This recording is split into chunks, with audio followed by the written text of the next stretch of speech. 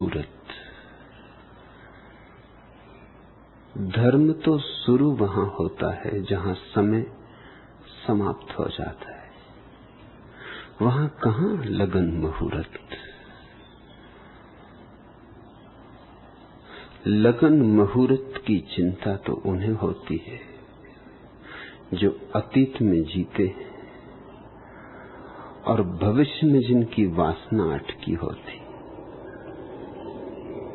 जीते हैं उसमें जो है नहीं और आशा करते हैं उसकी जो अभी हुआ नहीं और शायद कभी होगा भी नहीं। धर्म का संबंध न तो अतीत से है न भविष्य से है। धर्म है अभी और यहीं जीना, बस अभी और यहीं। इस क्षण के पार कुछ भी नहीं। इस क्षण से हटे कि धर्म से चूके। बाल भर का फासला पड़ा इस क्षण से कि जमीन आसमान अलग अलग हो गए। यह क्षण द्वार है प्रभु का, क्योंकि वर्तमान के अतिरिक्त और किसी की कोई सत्ता नहीं है। अतीत है मात्र स्मृतियों का जाल और भविष्य है केवल कल्पनाओं सपनों की बुनावट। दोनों अस्तित्व शून्य है और इन दोनों में जो जीता है उसी का नाम संसारी है। वही भटका है। ध्यान रहे, जिसको तुमने संसार समझा है वह संसार नहीं। घर द्वार, पत्नी, बच्चे, बाजार, दुकान, यह सब संसार नहीं है। इसको तो छोड़ देना बड़ा आसान। इसको तो बहुत भगोड़े छोड़कर भाग गए। मगर सवाल यह है कि क्या संसार उनसे छूटा? बैठ जाओ गुफा में हिमालय की, फिर भी संसार तुम्हारे साथ होगा, क्योंकि संसार तुम्हारे मन में है और मन है अतीत और भविष्य का जोड़। जहां वर्तमान है वहां मन नहीं। बैठकर भी गुफा में क्या करोगे हिमालय की? वही अतीत की उधेड़बुन होगी, वही बीती बातें याद आएंगी, वही बिसरे विस्मृत हुए क्षण लौट लौट द्वार खटखटाएंगे। क्या करोगे हिमालय की गुफा में बैठकर? फिर भविष्य को संजोओगे, फिर आगे की योजना बनाओगे। और अक्सर तो यूं होता है कि जो बाजार में बैठा है उसका भविष्य बहुत बड़ा नहीं होता, क्योंकि वो इस जीवन के पार की कल्पना नहीं कर पाता। उसकी कल्पना बहुत प्रगाढ़ नहीं होती। और वो जो हिमालय की गुफा में बैठा है उसे तो कुछ और काम धाम नहीं, सारी ऊर्जा उपलब्ध है। करे तो क्या करे? तो मृत्यु के बाद भी जीवन की कल्पना करता है, स्वर्गों के स्वप्न देखता है, स्वर्ग में भोग की कामनाएं करता है, स्वर्ग में शराब के चश्मे बहाता है, स्वर्ग में अप्सराओं को अपने चारों तरफ नचाता है। यह तुमने एक अजीब बात देखी कि चूंकि सारे शास्त्र पुरुषों ने लिखे और ये सारे भगोड़े पुरुष थे, पुरुष ऐसा लगता है ऊपर ऊपर से ही बहादुर है, भीतर भीतर बहुत कायर, भीतर भीतर बहुत पोला, बाहर बाहर बड़ी अकड़। चूंकि ये सारे स्वर्गों की योजनाएं और कल्पनाएं पुरुषों ने की, इसमें उन्होंने पुरुषों के भोग का तो इंतजाम किया है, लेकिन स्त्रियों के भोग का कोई इंतजाम नहीं किया है। सुंदर लड़कियां होंगी, बड़ी खूबसूरत अप्सराएं होंगी, मगर कुछ इंतजाम स्त्रियों के लिए भी तो करो। सुंदर युवकों का कुछ इंतजाम करो। जरूर कुछ धर्मों ने सुंदर युवकों का भी इंतजाम किया है, लेकिन वो भी स्त्रियों के लिए नहीं, वो भी पुरुषों के लिए। जिन देशों में समलैंगिकता की बीमारी प्रचलित रही है, उन देशों में वे सुंदर लड़के आयोजित किए हैं उन्होंने स्वर्ग में, लेकिन वे भी पुरुषों के लिए। सच तो यह है कि बहुत से देशों में यह धारणा रही कि स्त्री में कोई आत्मा ही नहीं होती। जब आत्मा ही नहीं तो कैसा स्वर्ग?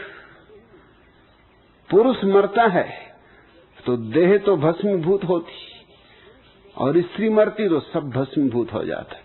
पुरुष मरता है तो सिर्फ पिंजड़ा अर्थी पे चढ़ता है, पक्षी स्वर्ग की तरफ चल पड़ता है, जीवात्मा परमहंस। और स्त्री मरती है तो सभी राख हो जाता है, कोई आत्मा तो है ही नहीं स्त्री में। इसलिए स्त्री के लिए स्वर्ग में कोई इंतजाम नहीं, कोई व्यवस्था नहीं। न साड़ियों की दुकानें, न जौहरी, न जवाहरात, न सोना, न चांदी, कुछ भी नहीं। कारण साफ है, इंतजाम पुरुषों ने किया है। वो क्या फिक्र करें स्त्रियों की? अपने लिए इंतजाम कर लिया उन्होंने, अपने लिए सब व्यवस्था कर ली है। स्त्री तो आत्मा रहित है, इसलिए बहुत से धर्मों में स्त्रियों को मंदिर में प्रवेश का अधिकार नहीं। स्वर्ग में प्रवेश का तो क्या अधिकार होगा? मस्जिदों में प्रवेश का अधिकार नहीं, सिनागागों में प्रवेश का अधिकार नहीं। स्वर्ग की तो बात ही छोड़ दो, और मोक्ष का तो सवाल ही ना उठाना। इस देश के साधु संत भी समझाते रहे कि स्त्री नरक का द्वार है, और स्त्री अगर नरक का द्वार है तो ये उर्वशी और मेनकाएं स्वर्ग कैसे पहुंच गई? ऋषि मुनियों के लिए कुछ तो इंतजाम करना होगा, पीछे के दरवाजे से सही। इनको घुसा दिया होगा पीछे के दरवाजे से।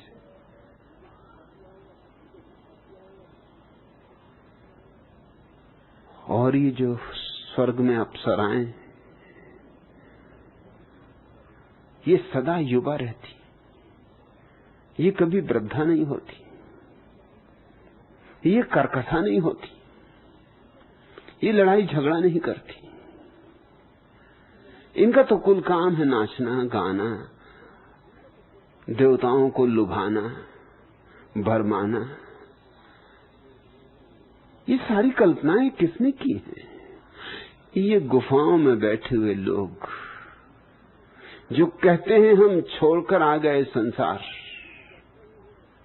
हमने पत्नी छोड़ दी, तो अब उर्वशी की आकांक्षा कर रहे। कहते हैं हमने दुकान छोड़ दी, धन छोड़ दिया, तो अब स्वर्गों में वृक्षों पर फूल लगते हैं वो हीरे जवाहरातों के, और पत्ते लगते हैं वो सोने चांदी के। कंकड़ पत्थर तो वहां होते ही नहीं, राहें भी पटी हैं तो बस मणि मुक्ताओं से पटी। यही लोग हैं जो दुकानें छोड़ के भाग गए। इनकी कल्पनाओं का विस्तार तो मौजूद है, और अपने लिए स्वर्ग और अपने से जो भिन्न है या अपने से जो विपरीत है उनके लिए नरक। जो अपनी मान के चले उनके लिए स्वर्ग, जो अपने से विपरीत धारणाएं रखें उनके लिए नरक। और नरक में भी इन्होंने फिर कष्ट का जितना इंतजाम इन्होंने कर सकते थे किया है। हिटलरों को माफ किया जा सकता है, चंगेज खां और तैमूरलंग पीछे पड़ जाते हैं तुम्हारे ऋषि मुनियों के सामने। नरक की उन्होंने जो कल्पना की है वो महादारुण है। उस कल्पना को करने के लिए भी बड़े दुष्ट चित्त लोग चाहिए, और ये थे अहिंसक, शाकाहारी, दुग्धाहारी, सिर्फ दूध ही दूध पिए।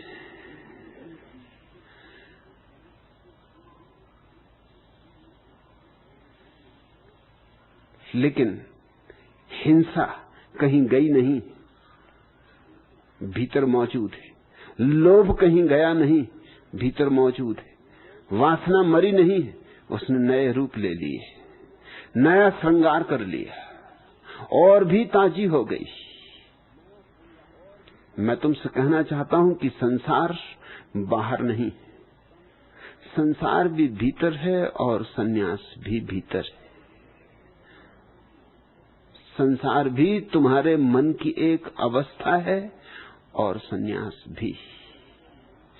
संसार है अतीत और भविष्य में डोलना, और सन्यास है वर्तमान में स्थिर हो जाना।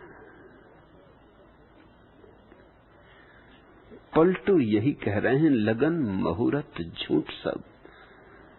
ये तो सांसारिक चित्त की बातें कि कल का इंतजाम कर लूं। ये जो ज्योतिषियों के पास जाता है हाथ दिखाने, हस्तरेखाएं पढ़वाने, भाग्य को, विधि को समझने, जन्म कुंडली दिखाने,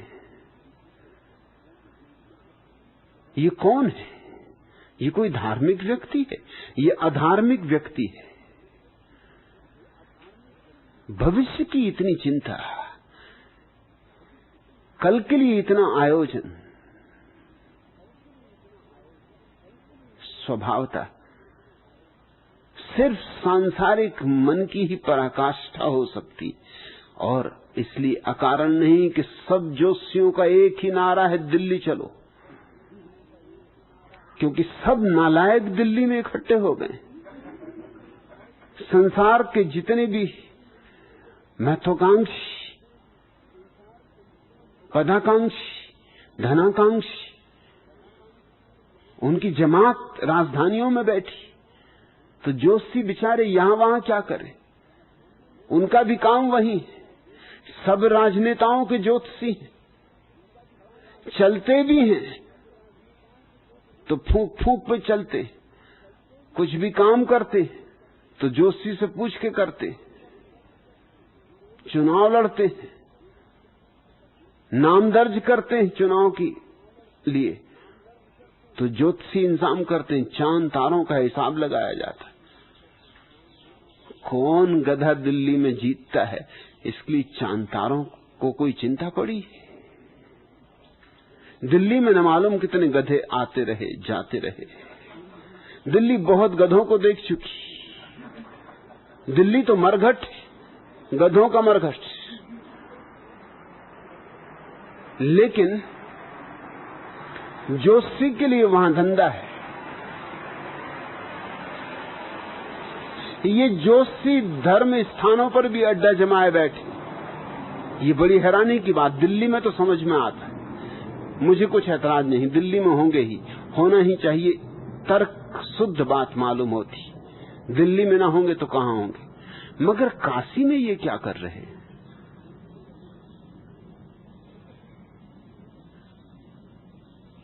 काशी में भी जोशी इकट्ठे, क्योंकि वहां भी संसारी ही जा रहे। हाँ, उनका संसार जरा तुम्हारे संसार से भिन्न है, वो जरा ज्यादा लोभी हैं। तुम क्षणभंगुर से राजी हो, वो शाश्वत धन चाहते।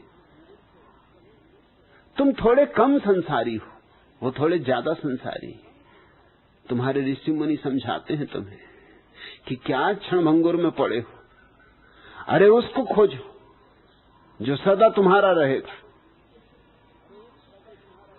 ये तुम्हारे लोभ को उकसाया जा रहा है। तुमसे कहते हैं कि क्षणभंगुर में समय मत गमाओ, नहीं तो नरक में सड़ोगे। ये तुम्हारे भय को प्रज्वलित किया जा रहा है। तुम्हारा तथाकथित धर्म भय और लोभ का ही जोड़ है, और भय और लोभ से धर्म का क्या संबंध? धार्मिक चित्त को तो आने वाले क्षण की भी कोई चिंता नहीं, यह क्षण काफी है।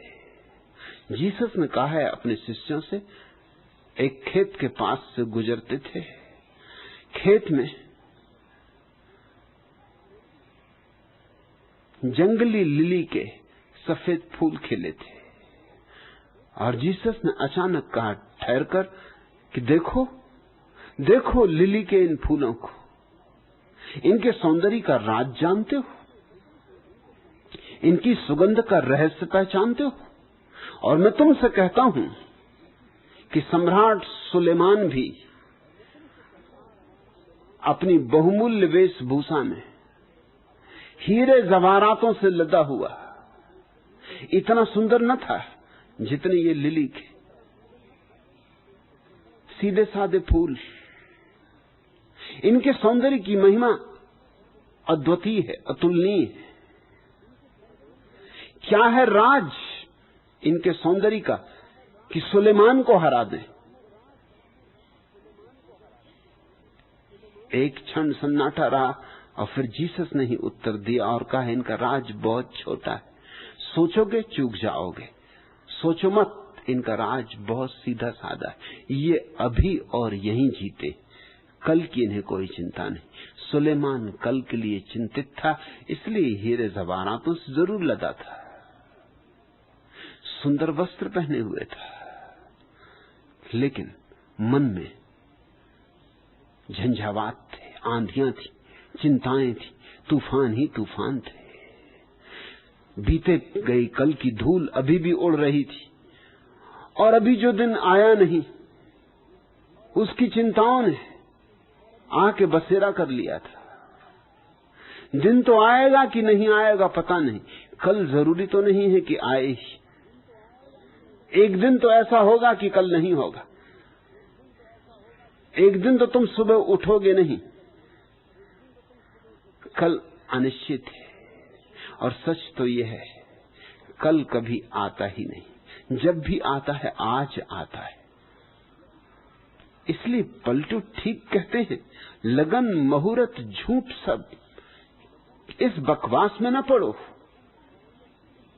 अतीत और भविष्य में न उलझो, ज्योतिषियों के जाल में न पड़ो, इसका धर्म से कुछ लेना देना नहीं। और बिगाड़े काम, इन्हीं नासमझों ने तो काम बिगाड़ा है। यही तो अड्डा जमा के बैठ गए, यही ठेकेदार हो गए। मंदिरों पे कब्जा, तीर्थों पे कब्जा, हर जगह यही बैठे, हर जगह यही साजिश। सदियों से आदमी का शोषण चल रहा है। पलटू शुभ दिन शुभ घड़ी, पलटू कहते हैं मुझसे पूछो तो कहूंगा कि वह घड़ी शुभ, वह दिन शुभ, याद पड़े जब नाम। जब प्रभु की स्मृति आ जाए, याद पड़े जब नाम, जब उसकी याद से दिल नाच उठे, डोल उठे, जैसे हवा का झोंका आए या बेवजह मरीज को करार आ जाए, जैसे अचानक वसंत आ जाए, फूल खिल जाए, ऐसे जिस घड़ी तुम्हारी चेतना में स्वरूप का स्मरण आता है, अपने भीतर छिपे हुए, अपने भीतर विराजे हुए प्रभु की स्मृति उठती, सुरति उठती है। ध्यान का जिस क्षण जन्म होता है, पलटू शुभ दिन शुभ घड़ी, याद पड़े जब नाम। ध्यान की वह शुभ घड़ी, सुरति का वह अपूर्व अवसर, वही सब कुछ, वही लगन, वही मुहूर्त।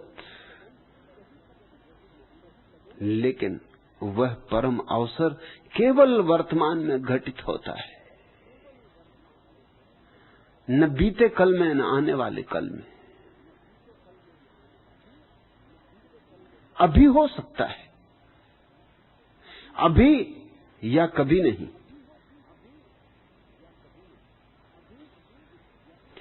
कुछ इस अदा से,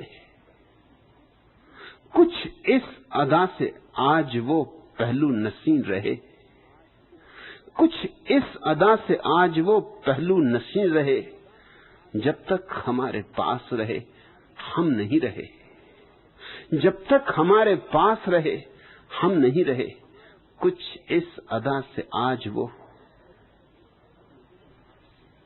या रब किसी के राज मोहब्बत की खैर हो, या रब किसी के राज मोहब्बत की खैर हो। दस्ते जुनू रहे न रहे, आस्ती रहे। दस्ते जुनू रहे न रहे, आस्ती रहे। जब तक हमारे पास रहे हम नहीं रहे। कुछ इस अदा से आज वो, मुझको नहीं कबूल दो आलम की वुसअतें, मुझको नहीं कबूल, मुझको नहीं कबूल दो आलम की वुसअतें। किस्मत में कुए यार की 2 गज जमी रहे, किस्मत में कुए यार की 2 गज जमी रहे। मुझको नहीं कबूल 2 आलम की वुसअतें, किस्मत में कुए यार की 2 गज जमी रहे। जब तक हमारे पास रहे हम नहीं रहे। कुछ इस अदा से आज वो पहलू नसीं रहे। जब तक हमारे पास रहे हम नहीं रहे। पलटू शुभ दिन शुभ घड़ी, याद पड़े जब नाम। क्यों उस घड़ी को शुभ कहा,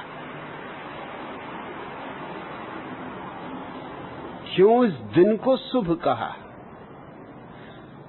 जब प्रभु का स्मरण आ जाता है तो उस क्षण में अपना स्मरण खो जाता है। कबीर ने कहा है, प्रेम गली अति सांकरी, प्रेम गली अति सांकरी, तामे 2 न समाए। उस प्यारे की गली बहुत सकरी है, प्रेम की गली बहुत सकरी, इतनी सकरी कि उसमें 2 न समा सकेंगे। वहां अगर मैं को लेकर गए तो मैं ही रह जाएगा, तू नहीं। और अगर तू को पुकारा तो मैं को मिट जाना होगा, मैं को पीछे छोड़ आना होगा। वर्तमान के क्षण में ज्यादा जगह नहीं, बड़ी सकरी गली, सकरी से सकरी गली, इससे और ज्यादा सकरा कुछ भी नहीं हो सकता।